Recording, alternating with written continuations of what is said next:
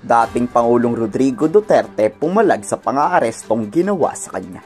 Bakit daw siya aarestuhin wala naman daw siyang pinatay. Wala daw siyang ginawang mali at lahat daw ng ginawa niya ay para sa buong Pilipinas. Pero napakadami kasing extrajudicial killing, di ba?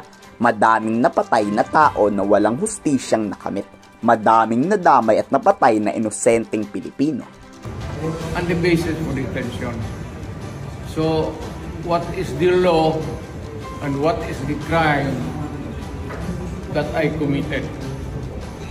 Show to me now the legal basis for my being here. As apparently I was brought here not of my own volition. If somebody else says, kung hindi ibang tao, ikaw siguro, because this is your structure.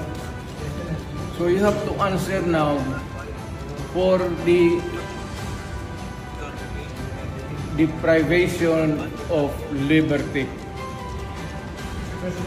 Kung general naman kayo, alam mo ba na hindi man lang siya na-serve kung anong kaso kung pinag-charge sa kanya ngayon? Hindi niya alam. No? Kahit na PI man lang. Alam mo, ang charge sa kanya nasa jargo na. No? And then, hindi pa kayo na ano na ganito ginagawa natin. Sumusunod tayo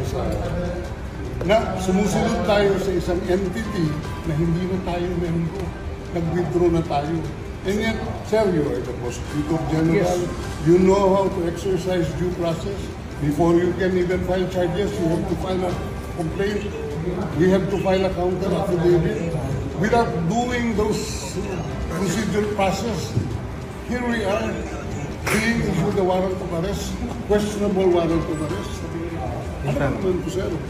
There's naman doon, blooper, puro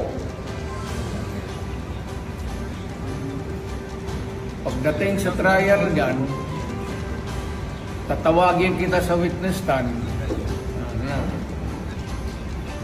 Sabihin ko, you're the person who arrested me. May I know the reason why? Have you read the documents? Or at least, have you read the case at that time when you made the arrest? So that you would be guided to what you should know. Yan na yan. Magkaibigan tayo, galing ako.